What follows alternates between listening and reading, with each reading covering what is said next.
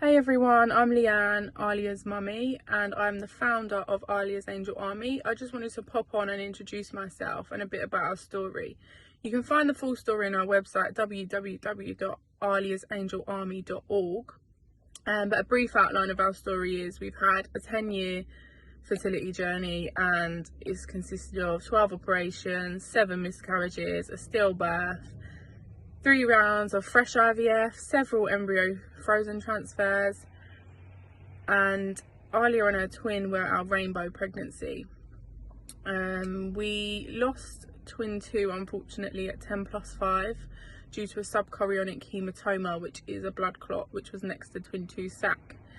The pregnancy continued pretty uneventfully until 24+2, when we found out Aaliyah had her first set of reduced movements.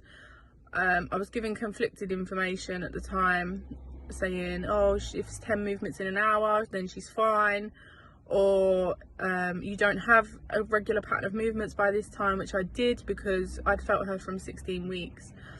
So there's a real grey area, and studying medicine, we know that most of the information that you're given at the moment is very conflicting or not necessarily the best advice.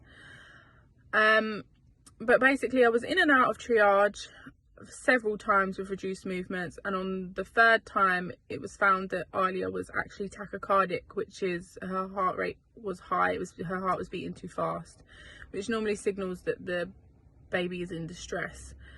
However, I was offered a scan and then it was taken away because the consultant didn't deem it necessary.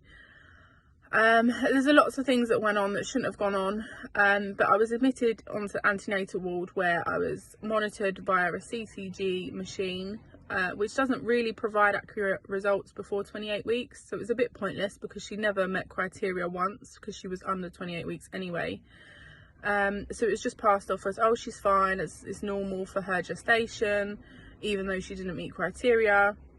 Go home, and if you're still unhappy, you know, you got the numbers. So less than 24 hours later, Aaliyah still being intermittently tachycardic, I came back because I wasn't happy with her movements at all, and unfortunately we found out that Aaliyah had no heartbeat. She'd passed away 12 hours before. So 12 hours after being discharged and 12 hours before I went back, Aaliyah had passed away. Now, my concerns weren't listened to. I was made to feel very inadequate medically from my medical training, as well as quite inadequate as a what they class as a first-time parent with major anxiety because of previous fertility journeys, and that wasn't the case whatsoever. I was very aware of the fact of my previous traumas in previous pregnancies. However, I try my hardest not to let that affect me, and obviously doing medical training anyway, I knew that I had to sort of separate the two, but either way I wasn't really taken seriously, and unfortunately Aaliyah passed away. We had a long 12-week wait for the post-mortem results to tell us exactly what we believed was true anyway, and we found out that her death was preventable. Now, I've got a lot of messages from people saying, you know, you're giving false information, or, you know, you shouldn't be saying that infant deaths are preventable. Now, I'd just like to say, I am studying medicine, so I don't give inaccurate results, and all the data that I put out there in this campaign and in our awareness is easily available to everyone. Gov.uk, NHS England, you can find them, and I'm always happy to provide the links to any information that we post.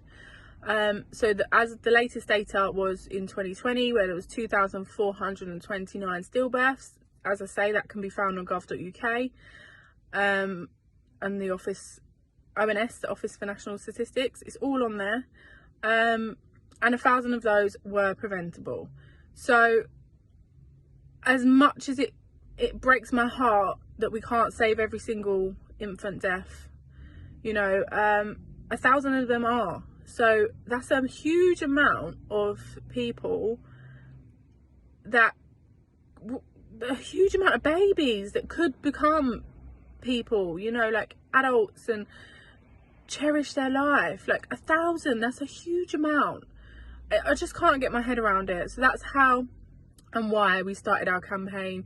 You know, if we can save just a few, you know, as many as we can would be amazing, but 1,000 for me is just way too many. You know, one's way too many if it's preventable, but as many as we can. We're trying to raise awareness, we're trying to reduce that number as much as we possibly can, whilst on the flip side supporting bereaved parents and families of bereaved parents, because like we said, we can't save every single infant mortality. You know, it's such a shame, but we can't. You know, but the 1,000 that we can, we're really trying our hardest to prevent that in the first place. So that's what Aaliyah's Angel Army is about. Aaliyah and all her angel babies that were taken too soon, gone too soon for whatever reason, whether it was preventable or not. That's why I started Aaliyah's Angel Army.